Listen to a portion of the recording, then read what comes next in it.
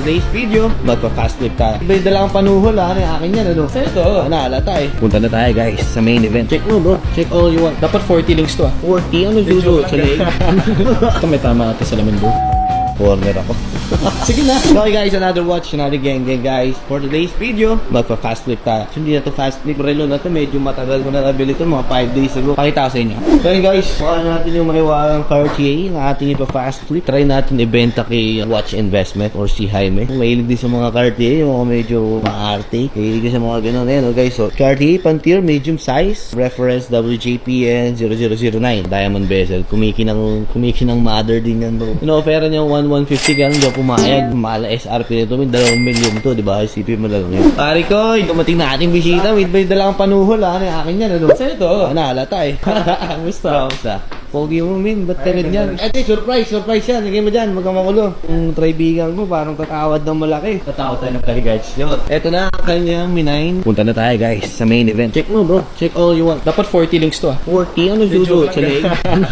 Saan yung ganito mo? May ganito ka diba? Sunod na lahat. Ang galing mo, kaya pala M9 mo yan eh. Yung Ay, bagay sa'yo. So, makano yan bro? 1.1?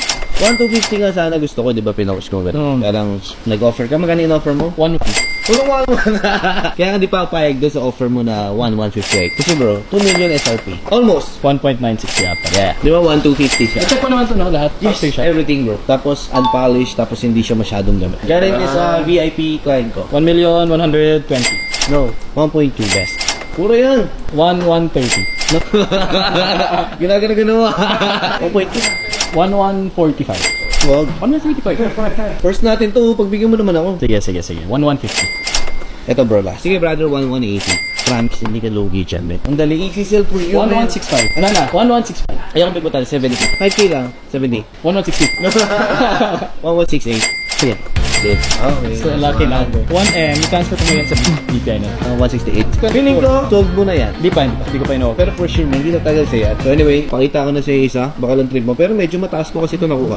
Gusto ko ito ang offer. Complete? Bigay na ako with paper lang. Brown dial to eh. 2016 below. 2014 siguro, mga ganun. So let's say 2014 assuming. How much will you get? With paper kaya lang naman i-assemble yan. Full links ba to? I doubt. Kasi alam ko dapat 13 ba or kung kasya sa akin pwede naman. Ito may tama ito sa lamin bro. Wait lang. Pag-isipin ko ang dami kasi tama sa glass eh. Ba't magagawa naman bibili ng glass? May hirap lang humanap. Over ko bro. Complete yan no? 850. White dial. White dial naman. Pero ano siya, parang choco dial kasi siya. Yung choco kasi pag personal mukhang gold eh. Sa bagay. Parang nag-reflect. Nag-show page. Plug kami. Guys, now it's the watch investment. But come February when we open our store, the watch reserve na siya. Magkano ka pwede din? 980 for views. Malayo. Bye.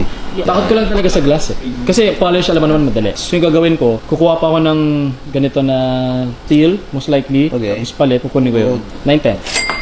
Grabe ka naman. Bro, takot sa glass. 915. Tangina, corner ako. Sige na. 930, sige, sa'yo. 10, alam ko magti-10% ka pa rin. 920. Defend mo lang, para happy ako. Sige, ka na pagbibigyan.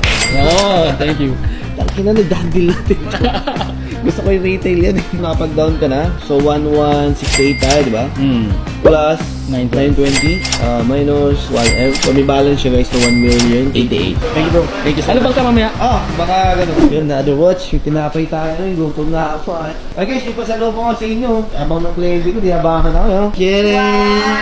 Kahit tayo para sa atin lahat yan. Ano, bite ko kasi. Okay guys, done deal tayo for today's video. Hindi natin expect. Dalawa pa tayo. First yung Pantier. Second yung Patek 24 na rose gold. So, puro mga solid gold. Yun kasi si Jaime, magaling talaga. Expertise niya yun yung mga ganun.